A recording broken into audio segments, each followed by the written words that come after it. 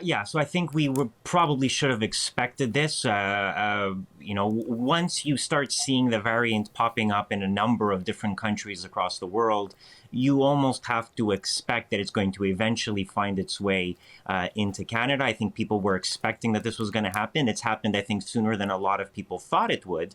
But this was to a certain degree, if not inevitable, then at least expected.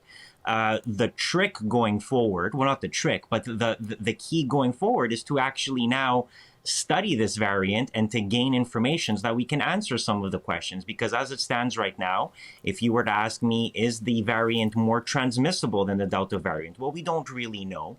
Does it cause more severe disease? We don't really know.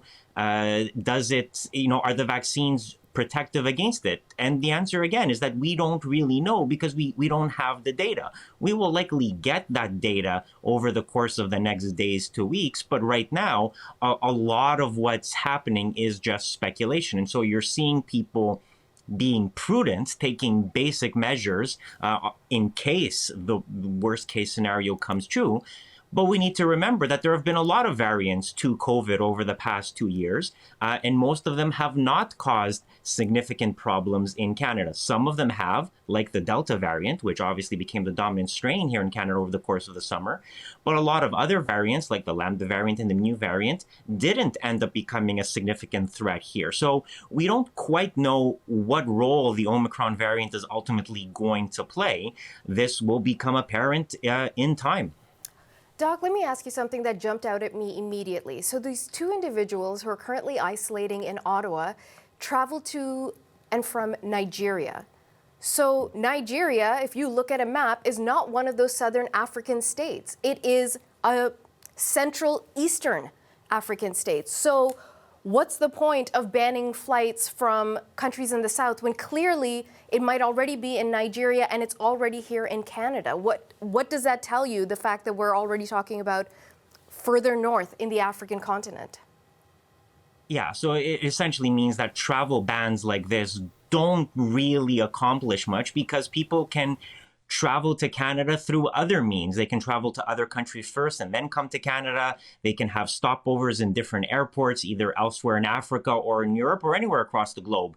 Because travel is so easy now, a targeted country-specific travel ban is unlikely to really do much. It's going to be much more effective to screen and test people at the border. In that way, you can identify cases and get them to isolate before they spread the variant or the virus to others. That's really probably a more effective way to go about it. But these sort of regional country-specific travel bans don't work because you already have people outside of that circle of countries anyway. So the potential for the new variants to be imported to Canada already exists. And if anything, we're going to have to catch it at the border so that these people don't come into the country and start spreading it to others unbeknownst to themselves. Let me ask you something that I'm already seeing being questioned online, which is PCR tests. So in order to return to Canada, didn't these individuals have to show a negative test to get into Canada? Presumably, yes. We should remember that, the unfortunate reality is that tests are not always perfect.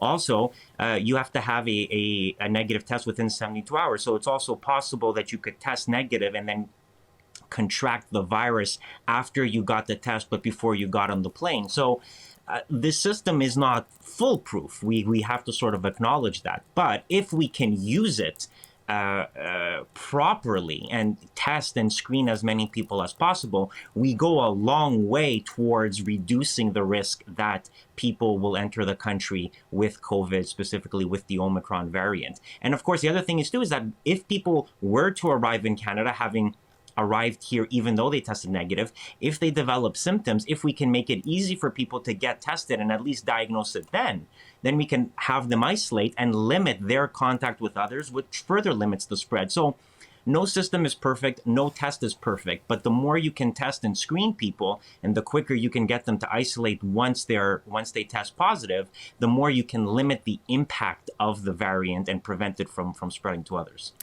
Now, we know that these two individuals returned to Canada or came to Canada on November 23rd. We also know that they're isolating now, but we don't know who they've interacted with in between the 23rd and right now, Doc. So what is the potential that they've already spread Omicron amongst several other people?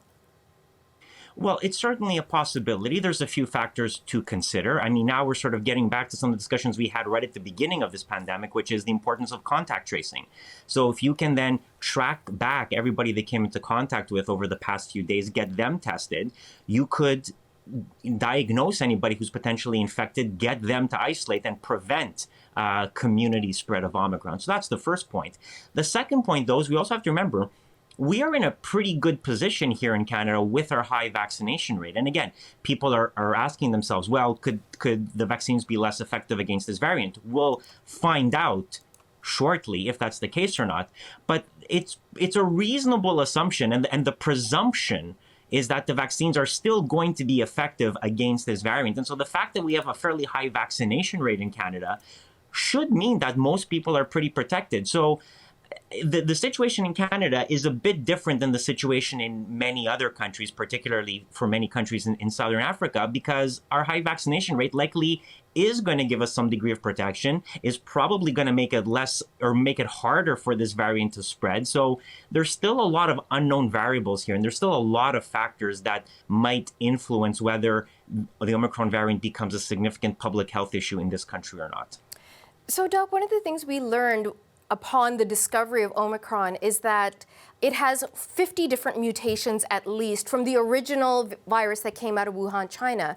And my understanding is that 30 of those mutations are linked to something called the spike protein, which is important in terms of how a virus affects the human body and also how the vaccine was developed. I wonder if you can help clarify some of the lack of clarity around this. Why is that particular protein so significant? So the spike protein is important because that's what the vaccines were designed as. That's the target that the vaccines are targeting. So what the vaccines are doing is that they're getting your immune system to produce antibodies against the spike protein of the coronavirus, of SARS-CoV-2. And so the more that spike protein changes, the more it mutates, the more it looks different, the harder it's going to be for the antibodies to stick to it. So if we ever got to a point where the antibodies don't stick to the virus anymore, the antibodies in your bloodstream from either vaccination or a prior COVID infection aren't going to be protective because they're not going to help you fight off any new infection that you might get. That being said, though, 50 mutations sounds like a lot, and in some respects it is. But not every mutation has a clinical significance. I think that's an important point. So the sheer number of mutations doesn't necessarily mean that the virus is more dangerous or more infectious or more deadly. So we're going to have to see by testing it, do the antibodies that people have in their bloodstream still stick to the Omicron variant? And if it does, then it means that if you're vaccinated, you still have fairly good protection from the vaccine. So this will become clarified in the coming days. The other point, too, to remember is that vaccines are not a binary thing. They're not either they work or they're useless. Even if the antibodies do not stick as well to the Omicron variant as they did to the other variants, they still likely will offer some degree of protection and probably help you fight off the virus so that you won't get severe disease. So there's still very likely going to be a lot of protection from being vaccinated, even if it isn't as good as we would have had with the original strains or some of the other variants.